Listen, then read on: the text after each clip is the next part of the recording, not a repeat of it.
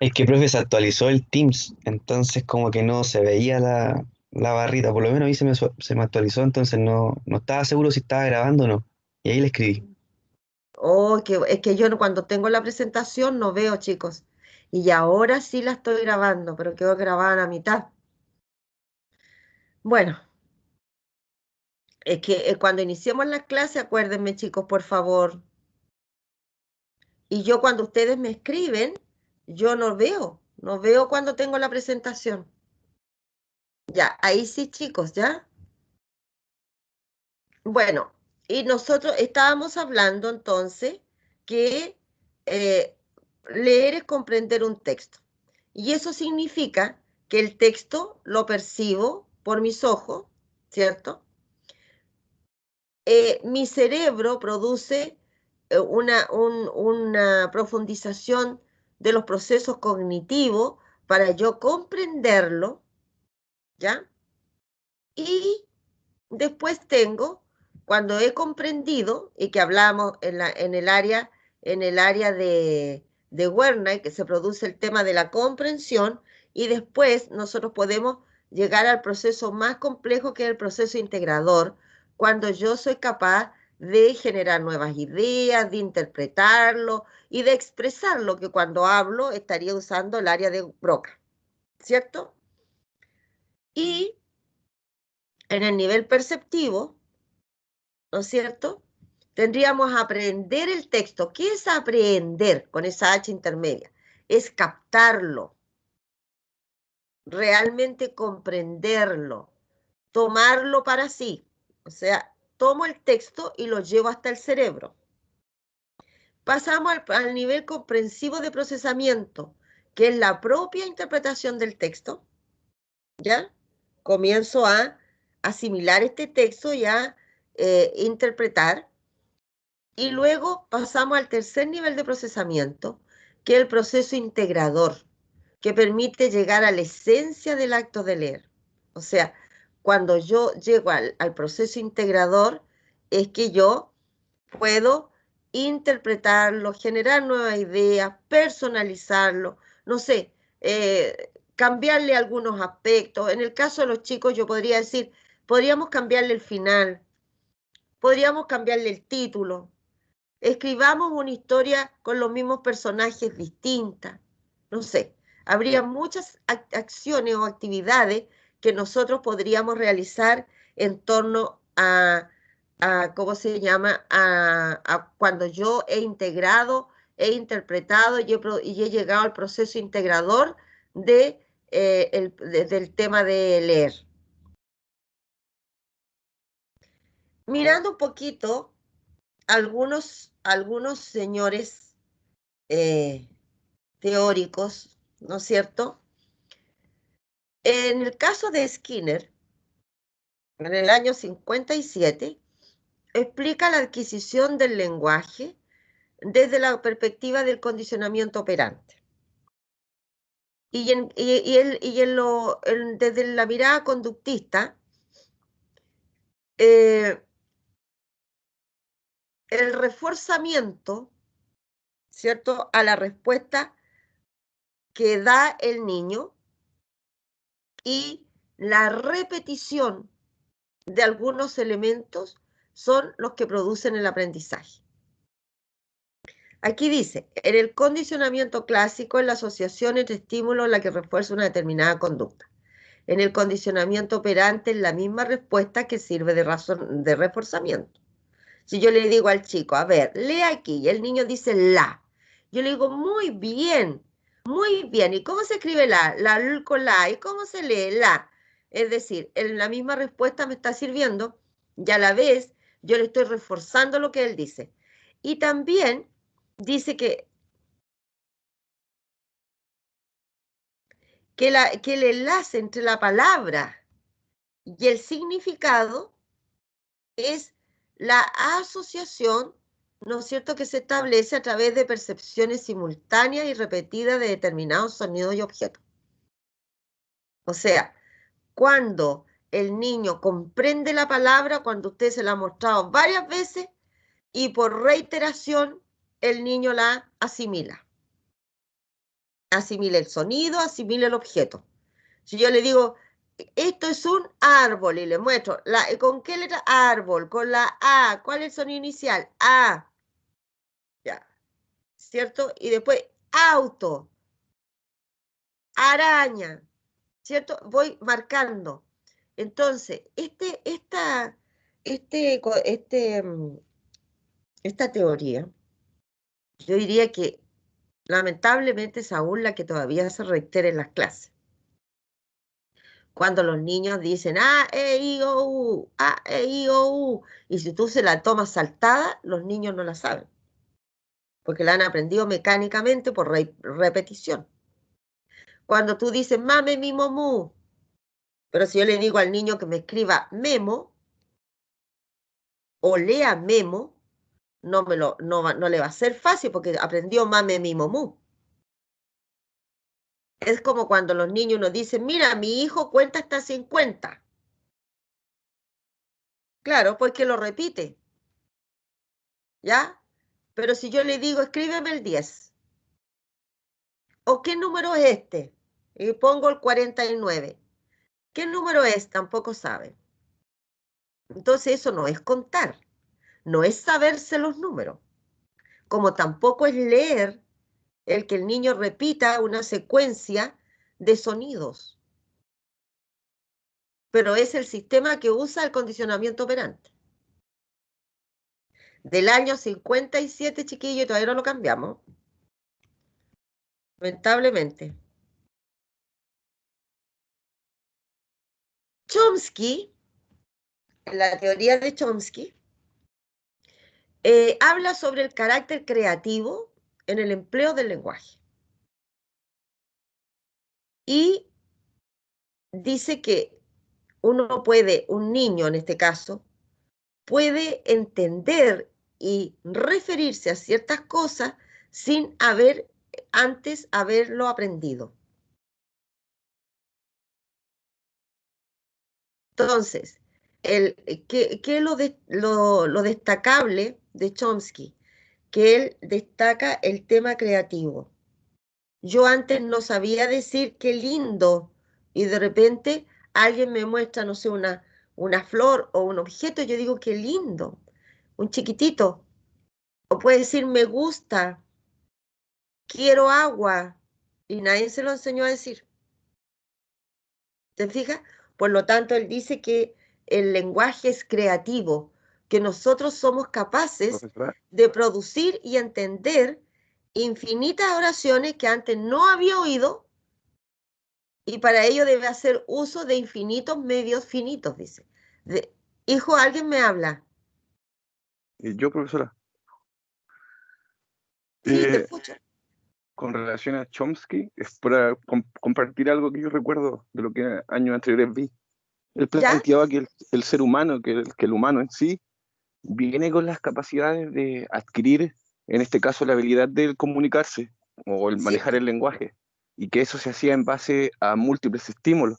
Él es uno de los que contraponía frente a otros autores que planteaba el hecho de que uno realmente no le enseña al niño a hablar, sino que uno en cierta manera, es como que lo lo ayuda estimula. a que él Lo, mismo, exacto, uno como que le hace ahí ocupaban eran como o barreras o propulsores mm, para en cierto modo exactamente. hacer que el niño aprendiera, pero o más rápido o más lento, pero él ya traía la habilidad de hacerlo. No es algo que se tiene que aprender como tal. Exacto. Él habla de la disposición innata. Exacto, Y esa quiero, era la palabra innata. sí. Ahora, para allá voy. Mira, muy bien, muy bueno tu aporte, porque cuando nosotros hablamos de desarrollo del lenguaje, nosotros tenemos que hablarlo desde que el bebé está en el vientre materno. Usted habrá escuchado hablar de que hay mamás que le ponen la música de Mozart cuando están embarazadas o le conversan a su bebé cuando están esperándolo. Y cuando La nacen estos bebés, estimulación temprana. estimulación temprana. Y cuando nacen estos bebés, nosotros estimulamos a los niños de manera sensorial, motriz, emocional, cuando nosotros le hablamos, se acaricia, la mamá le conversa, lo acaricia cuando lo amamanta, cuando le cambia pañales, cuando lo baña, estimulamos su conversación. Y por eso que este niño, a medida que va creciendo, es capaz después de ¿cómo se llama?, de expresarse sin haber hablado antes, sin haber tenido conocimiento del idioma, es capaz de expresarse y decir, primero balbucear algunas palabras y después ir completando algunas frases, lo que tiene relación con la sintaxis que habla Chomsky, el orden que le damos a la oración para que sea comprensible. Y esto se va haciendo más complejo en la medida que vamos creciendo. Ahora, la estimulación temprana es muy, muy importante e interesante porque asociámoslo con la neurociencia. Recuerden ustedes que la neurociencia nos dice a nosotros que en los primeros 5 años de vida del niño es cuando éste realiza la mayor cantidad de conexiones neuronales. Y mientras más conexiones neuronales realice, mayores van a ser las competencias para su aprendizaje. Y en este sentido, por eso tiene relación la creación de tantos jardines infantiles y salas cunas, particularmente salas cunas. Porque a raíz de las neurociencias, en el caso de familias de sectores muy vulnerables, en que la madre no está todo el día porque está trabajando de temporera o trabajando todo el día, o que no tienen el conocimiento adecuado como para poder estimular a este bebé, entonces lo llevan a estas salas cunas donde una profesional ayuda para que los niños, ¿cierto?, vayan despertando ciertas habilidades cognitivas. Y cuando esto ocurre, los niños estarían en iguales condiciones que un niño que es estimulado por su madre de manera natural. Pero estas cosas nosotros como profesores futuros tenemos que comentarla con nuestros apoderados, resaltar la importancia que tiene el periodo de maternidad y el periodo de los primeros años de vida de un bebé, de un niño, ¿cierto? Por lo tanto, nosotros ahí tenemos una gran tarea que realizar, porque usted me va a decir, profesora, pero nosotros vamos a tomar a los niños con 6 años. Sí, pero esa mamá va a tener más hijos. Entonces, a lo mejor es bueno decirle y educar esta parte, porque estamos ayudando y apoyando para que estos niños tengan mayor competencia para aprender. Entonces, lo que plantea Chomsky, toda la razón, y si lo vinculamos con la teoría de las neurociencias respecto de las conexiones que se pueden hacer cuando a un niño usted lo acaricia, le habla con amor a un bebé, está limpiecito, le conversa, lo arrulla, ¿cierto? Ese bebé está feliz. Y cada vez que usted, por ejemplo, le hace sonar un sonajero para que él dirija la vista o el oído a donde usted lo está haciendo sonar, cuando usted le pone un móvil en la pieza, usted está colaborando para la lectura y la escritura inicial. Porque recuerde que cuando el niño nace, este chico no tiene la vista fija. Los niños no tienen la vista fija. Entonces, cuando uno le hace el movimiento con un móvil, es para que el niño vaya dirigiendo la vista de izquierda a derecha, de derecha a izquierda. Después usted le mueve el cascabel y el niño mira hacia arriba. Movemos abajo, el niño mira hacia abajo. Entonces, ¿qué estamos haciendo nosotros? Estimulando, ¿no es cierto?, sus habilidades sensoriales. ¿Y para qué las estimulamos? Para que el niño fije la vista, para que el niño aprenda a mover los ojos y no la cabeza. Pues cuando usted le dice a los niños, mira esto, o lea aquí, los niños hacen esto. Cuando nosotros le pedimos que lean algo, mueven la cabecita para seguir la lectura, no los ojitos. Entonces, ¿qué tenemos que hacer nosotros? Ir disociando esos movimientos. Que el niño aprenda que tiene que mover la vista de izquierda a derecha para leer y parte de arriba hacia abajo. Por lo tanto, todo aquello que nosotros hacemos con los niños, la música, el sonajero, los móviles, el cariño, la caricia, la palabra, el sonido, o la cosquillita, los besitos, todo eso ayuda para que este niño vaya teniendo cada vez mayor competencia en el aprendizaje. Y facilita lo que dice Chomsky, que pueda emitir sonidos hasta formar una palabra y después una frase, a pedir cosas, ¿cierto? Sin haberlas estudiado antes. Claro, ¿por qué? Porque este niño estaba bien estimulado. Entonces, esos son elementos que nosotros tenemos que tener en cuenta.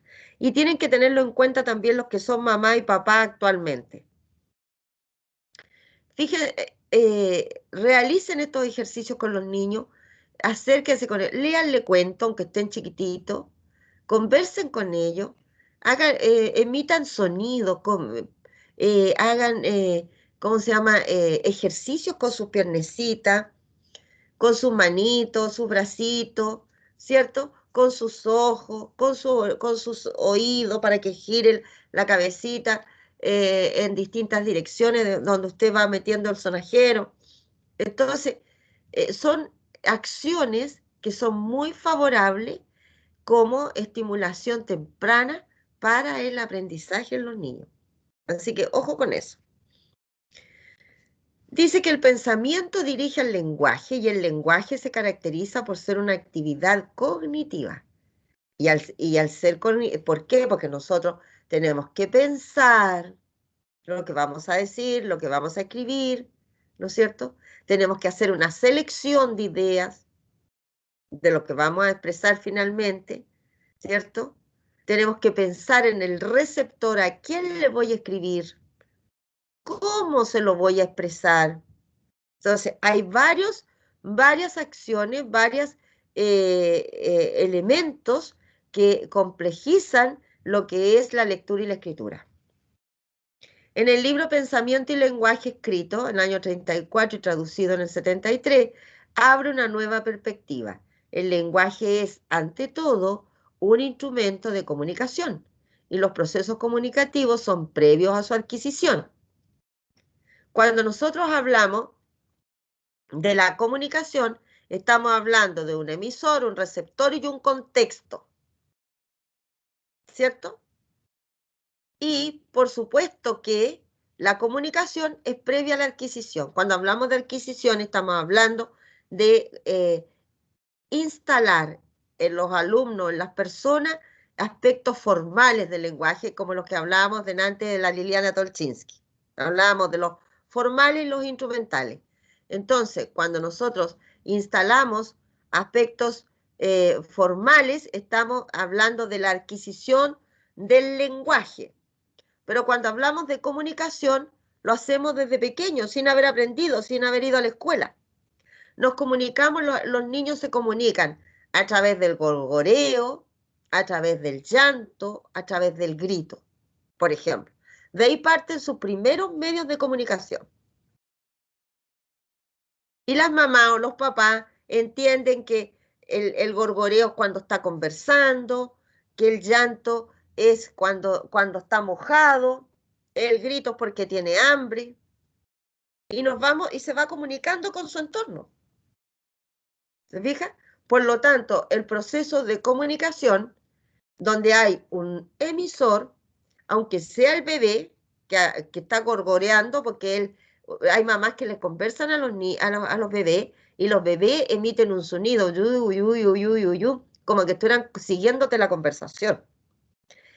Otros lloran, gritan, ¿cierto? Dependiendo, pero es su estilo de comunicación. Hasta que vamos progresivamente desarrollando otras habilidades que me permiten comunicarme a través del habla,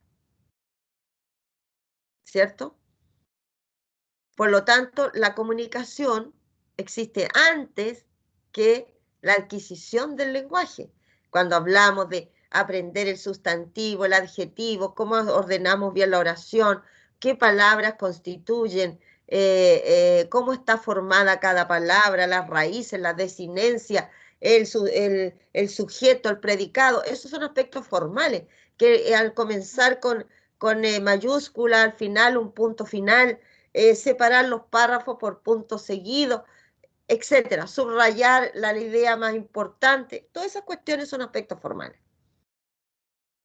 Pero lo otro está desde antes, ¿no es cierto? Y es importante, por ejemplo, en el niño, que los niños lloren y griten. Hay mamás que dicen que no les gusta que los niños lloren, que su hijo llore, pero es necesario que lo haga.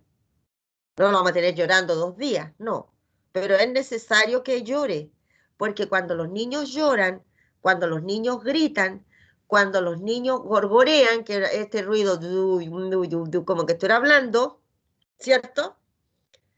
Están formando su aparato fonoarticulatorio, ¿ya? Formando su aparato fonoarticulatorio. Están ellos con este ejercicio de llorar, de gritar, de gorgorear, los niños están produciendo, armando su aparatito, fortaleciéndolo, de tal modo que después le permita hablar, expresarse. ¿Se fijan? Por lo tanto, todo lo que hacen los bebés es necesario para el proceso lector. Dentro de las teorías cognitivas o teorías constructivistas y estructuralistas, apoyar el desarrollo del conocimiento de Piaget del año 53. Para Piaget habla de que es un factor fundamental, dice, que permite el paso de una estructura de aprendizaje a otra de mayor complejidad. Y que es la interacción social que se advierte en el niño desde que nacen al balbucear, llorar y hablar, ya que son formas de comunicación. ¿Ya? Por lo tanto, Piaget estaría de acuerdo en que los niños se comunican a través de estas 3 acciones, ¿no es cierto?, que realizan desde que nacen y que sería como parte de las formas de comunicarse. Pero también a su vez Piaget habla ¿cómo se llama?, de etapas de aprendizaje.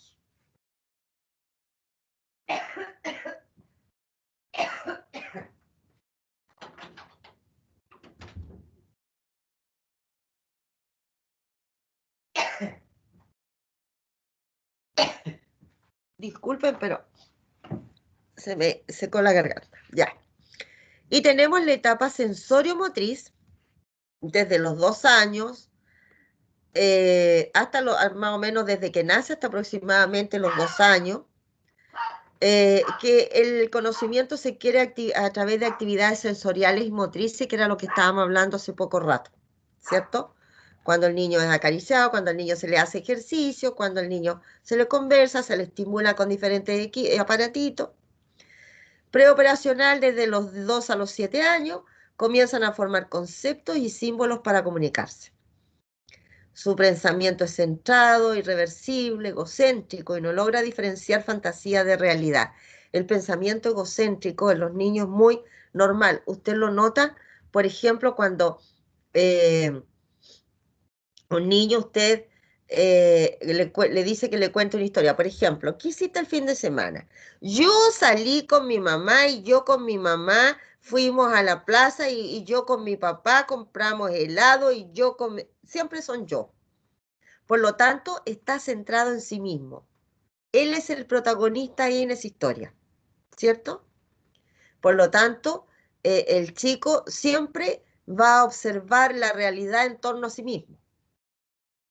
Y es difícil que diferencie fantasía de realidad.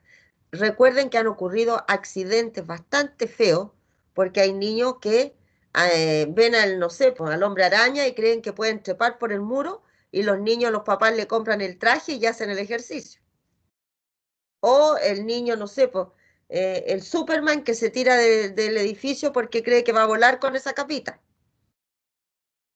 Entonces, ojo con esto y ojo con el manejo de la fantasía con los niños. Porque de repente lo que para uno puede ser normal y que un niño no lo va a hacer, para un niño sí lo hace. Y sí lo cree que es real. Entonces, ojo con eso. Después tenemos las operaciones concretas. De los 7 a los 12 años, su pensamiento es más sensible, objetivo, reversible, comprende los conceptos espacio-tiempo y distingue fantasía de realidad. ¿Ya? Entonces, aquí nosotros más o menos de los 6 en adelante recibimos a estos pequeños para trabajar con ellos. Y aquí nosotros tenemos ya elementos con los cuales podemos sacarle provecho, como son los conceptos de espacio-tiempo. El aquí, el ahora, el ayer, el mañana, el espacio, cómo nosotros nos relacionamos con el espacio, de arriba, abajo, de izquierda a derecha, ¿cierto? Adelante, atrás, que son elementos que a nosotros nos ayudan para enseñar la lectura y la escritura. Y después tenemos las operaciones formales de los 12 años en adelante, que maneja habilidad para conceptos abstractos, no necesita el objeto para pensar hipotéticamente. Cuando nosotros, los niños están en etapas concretas o, ¿cómo se llama?, operacionales, los niños necesitan tener el objeto para comprender. Si ustedes se fijan, los cuentos de los niños tienen con mucha imagen, y muy pocas palabras. Y las palabras escritas con letras grandes. Entonces, ¿por qué? Porque el niño puede contar una historia solo mirando la imagen.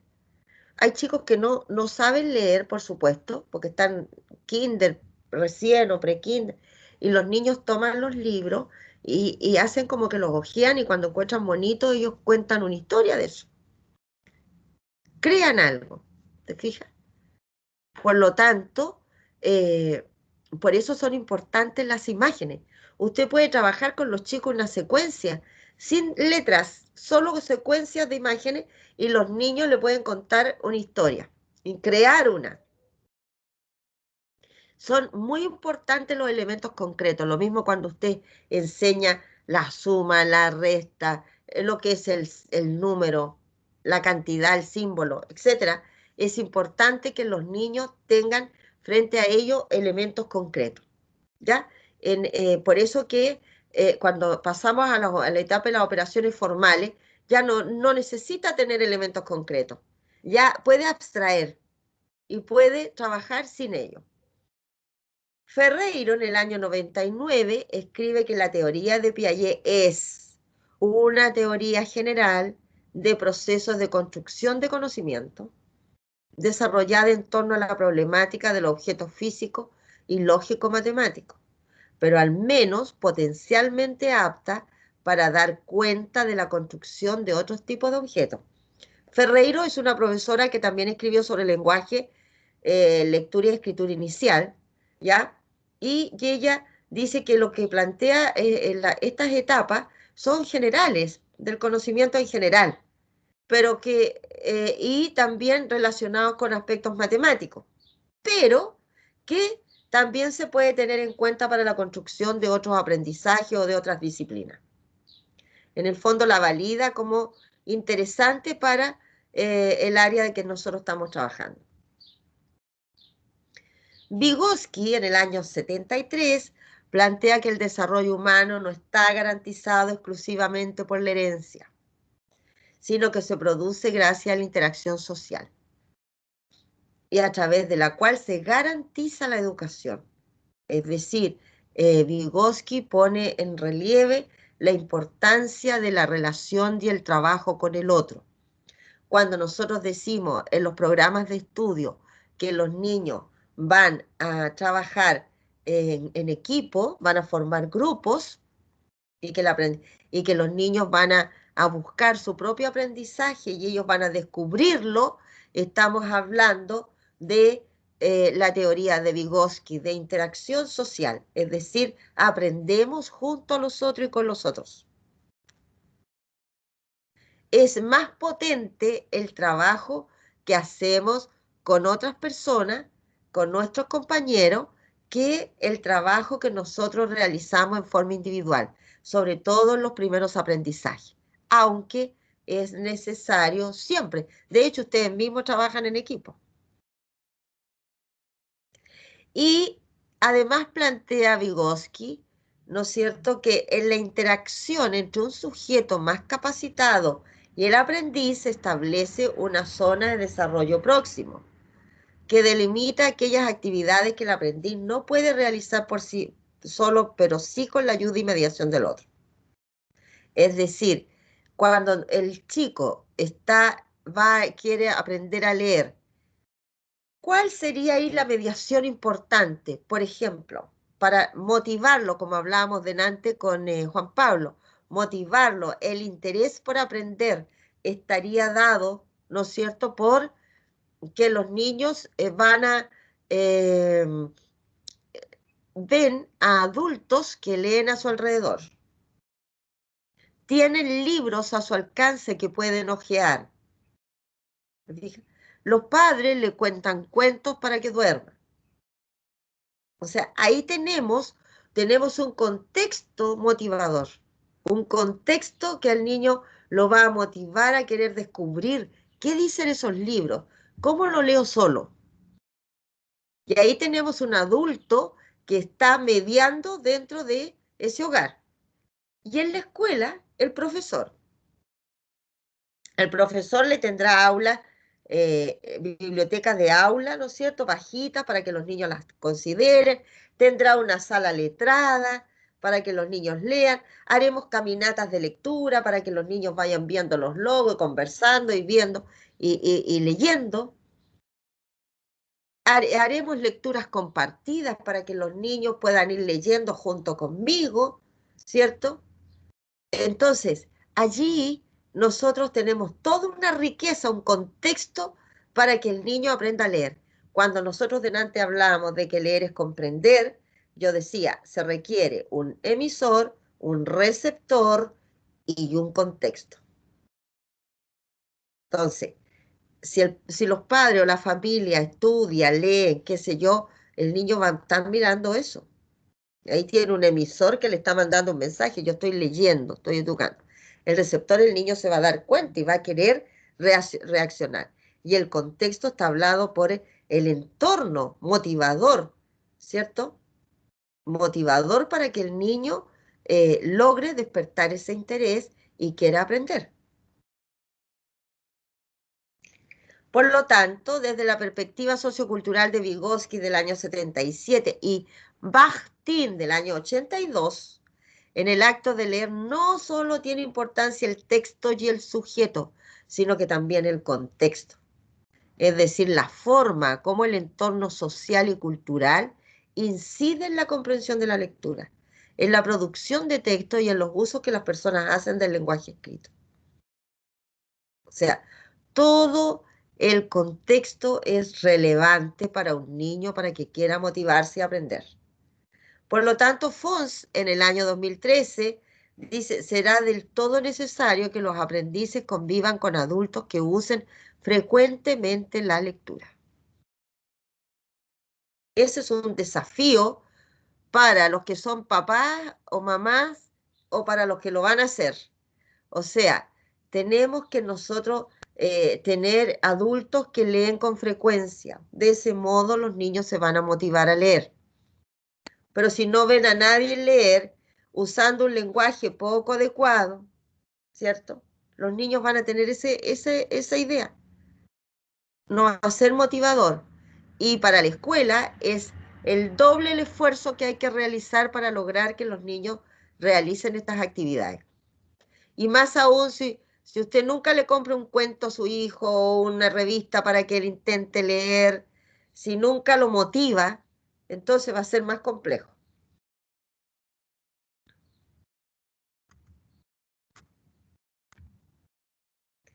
Gómez y otro del año 97 señalan que el ambiente psicológico, social, lingüístico y cultural subyace a cualquier conocimiento como la lectura y la escritura. Miren qué importante lo que dicen estos autores. O sea, el ambiente psicológico, estamos hablando de tranquilidad, de armonía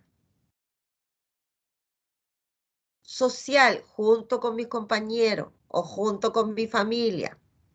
Lingüístico, cómo nosotros nos referimos. Si hablamos a puros garabatos, los niños no van a ampliar su vocabulario.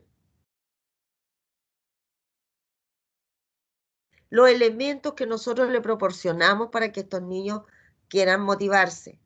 ¿Se fija? Entonces, de este modo definen la lectura como un proceso constructivo, ya que es el propio lector quien le otorga sentido y significado al texto, ya que no es propiedad del texto. O sea, cuando nosotros construimos, ¿por qué es un proceso constructivo el acto de leer? Porque nosotros le damos sentido y significado a lo que leemos. Quizás el significado que le dé yo a un texto no es el mismo que tiene mi compañero al lado, porque también tiene que ver con las experiencias que uno posee, con los conocimientos anteriores. Entonces, todo eso está influyendo. Ferreiro y Teveroski, en el año 97, definen la escritura como un sistema de signos que expresan sonidos, además de considerar sus orígenes psicogenéticos e históricos como una forma de representación gráfica. Ya, los psicogenéticos lo vamos a ver después. Y definen, dice la escritura, como un sistema de signos que expresan sonidos. O sea, los sonidos vendrían siendo las letras, ¿no es cierto? Y cuando nosotros las mencionamos o las pronunciamos, nosotros emitimos el sonido. Y por lo tanto, para Ferreiro y Teveroski sería escribir signos de los sonidos. Transferir el sonido a un signo.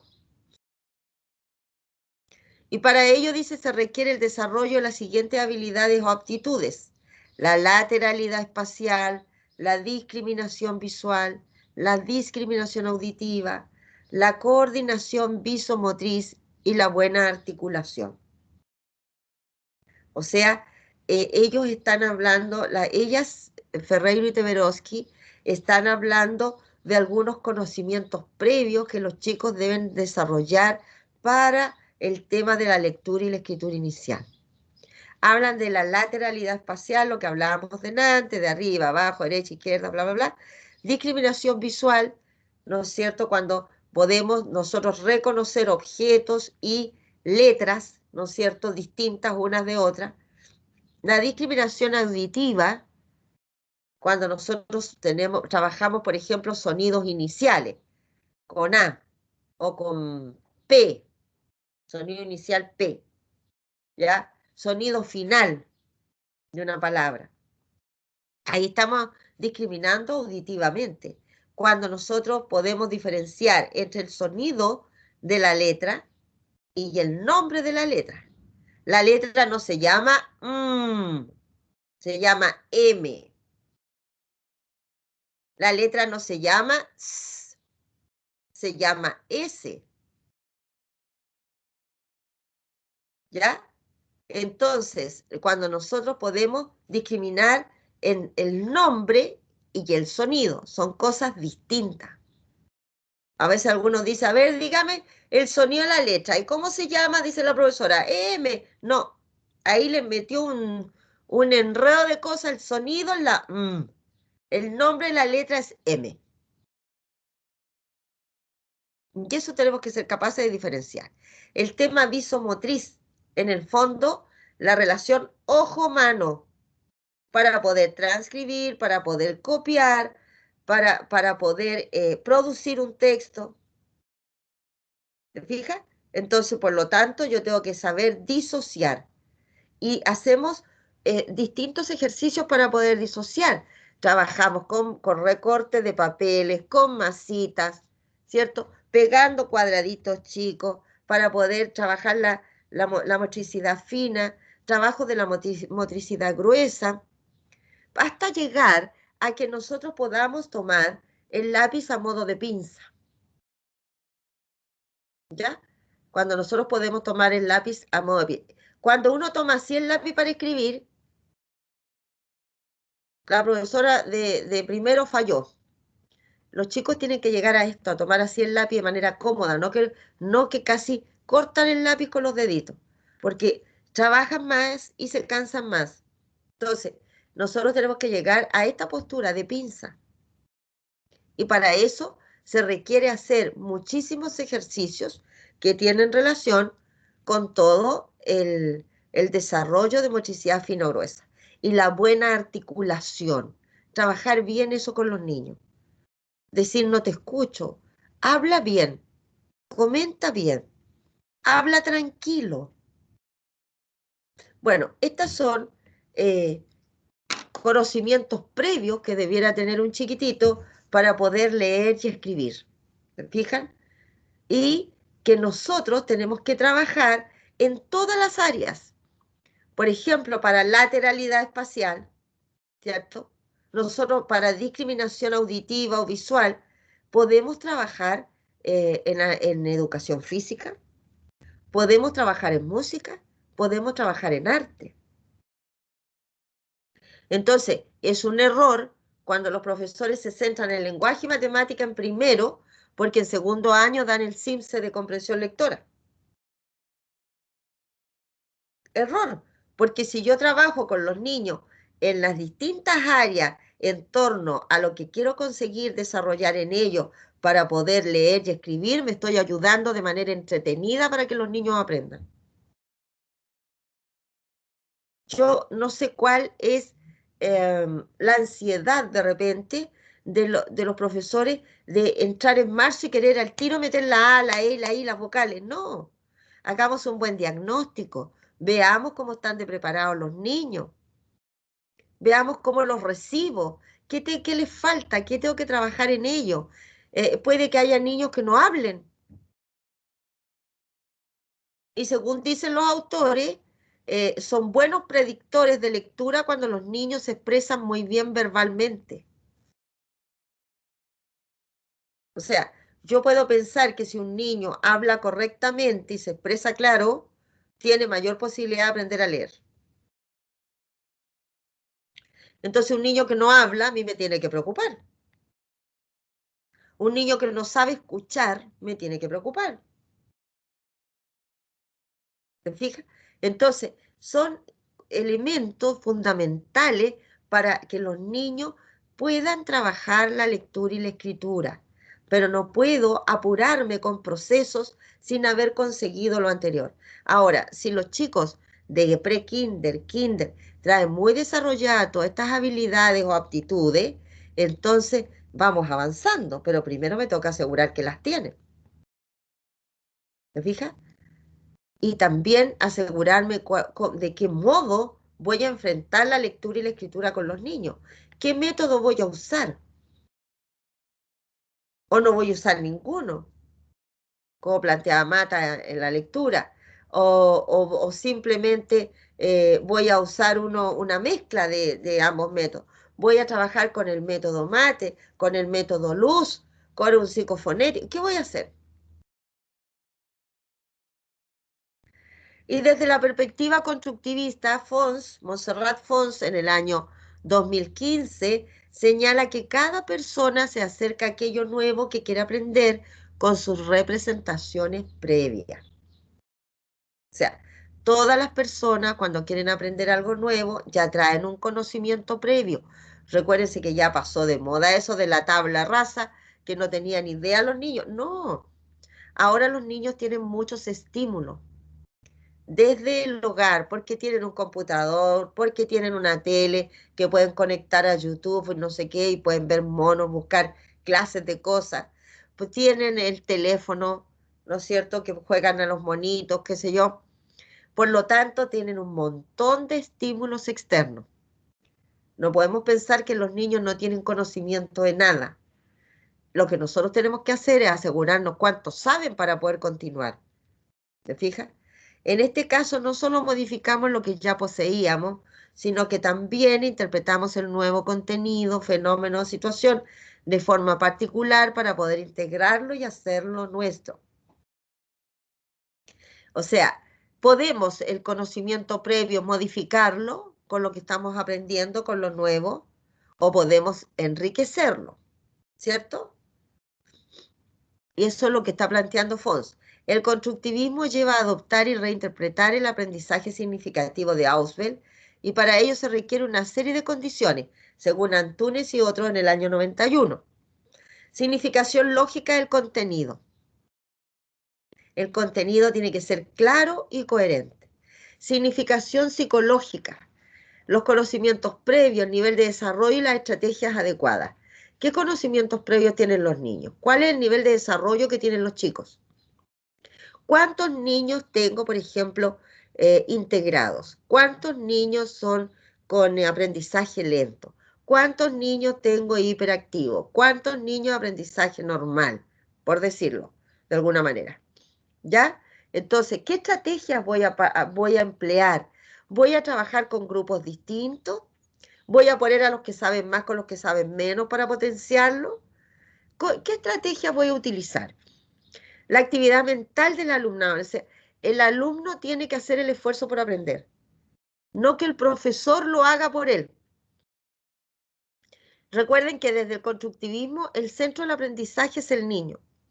Por lo tanto, es difícil decir que nosotros vamos a, que el profesor va a hacer todo por el pequeño, ¿no? Antes el profesor daba toda la clase, pero ahora es el niño el que descubre. Por lo tanto, él tiene que hacer un esfuerzo para aprender. Y dejar de contestarle las preguntas a los niños. Los profesores, en muchas ocasiones, yo lo he visto cuando he ido a supervisar clases de profesores, muchas ocasiones he visto que el profesor responde y dice, ¿no es cierto, niño, que la Caperucita Roja tenía una capa roja? ¿No es cierto, niño, que el cuadrado tiene 4 lados? O sea, le estamos preguntando y damos la respuesta. No, es el niño el que tiene que aprender, hacer el esfuerzo. La actitud favorable, la predisposición para aprender significativamente, los aspectos motivacionales y afectivos, ¿no es cierto? Esa es la actitud favorable. ¿Cuáles son, cuál es la predisposición que tengo para aprender? ¿Cuáles son los aspectos, el contexto afectivo, la motivación, el interés que yo tengo por acercarme a lo desconocido? Memorización comprensiva. El nuevo aprendizaje debe memorizarse a partir de la comprensión. Es decir, es difícil aprender algo que no entiendo. Muy difícil. Aprender algo que no se entiende. ¿Te fijas? Por lo tanto, ahí nosotros tenemos que tener cuidado. O sea, los niños tienen que entender lo que estamos haciendo, tienen que comprenderlo, porque a la vez que lo comprenden, ellos lo van a tener en su disco duro, pero a la vez, cuando requieran ir a buscar esa información para desarrollar o resolver otra situación, ellos lo van a tener. Pero si no, lo que aprendí hoy día se me olvidó. Y eso no es aprender. ¿Se fijan? Bien, chicos, comentarios sobre lo que estábamos conversando.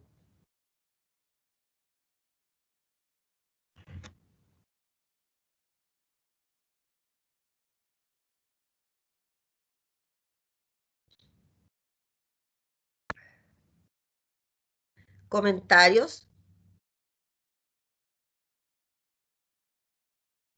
Chicos, el otro día ustedes me dijeron eh, de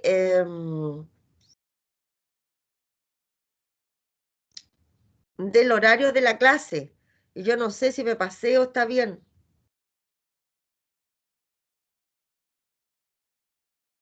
O hacemos un break y seguimos. ¿Qué es lo que prefieren? O dejamos hasta acá, chiquillo. No me acuerdo cómo fue. ¿Alguien me puede recordar, por favor? Parece que la idea era hacer una hora, un break y una hora, y, y, y yo ahora me pasé un poco porque por presentar todo el tema no corté a la hora. ¿Alguien me puede recordar el acuerdo que tenemos, por favor? Sí, Profesora, profe, era eso. Iba sí, era una hora, iba a un ser break, una hora. break, una hora. Ya, hacemos un break o ya encuentran que es muy tarde.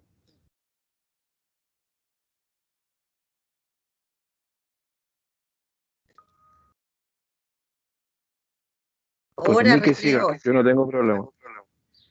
Chicos, pero pongámonos de acuerdo porque no sé, a lo mejor me, me excedí, claro, no corté, es que a mí me tienen que, porque me tienen que recordar los horarios, chiquillos, porque yo si no me largo, hablo y no lo hago.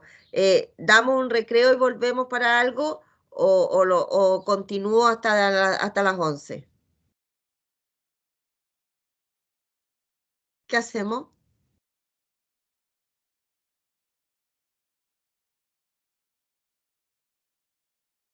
chicos?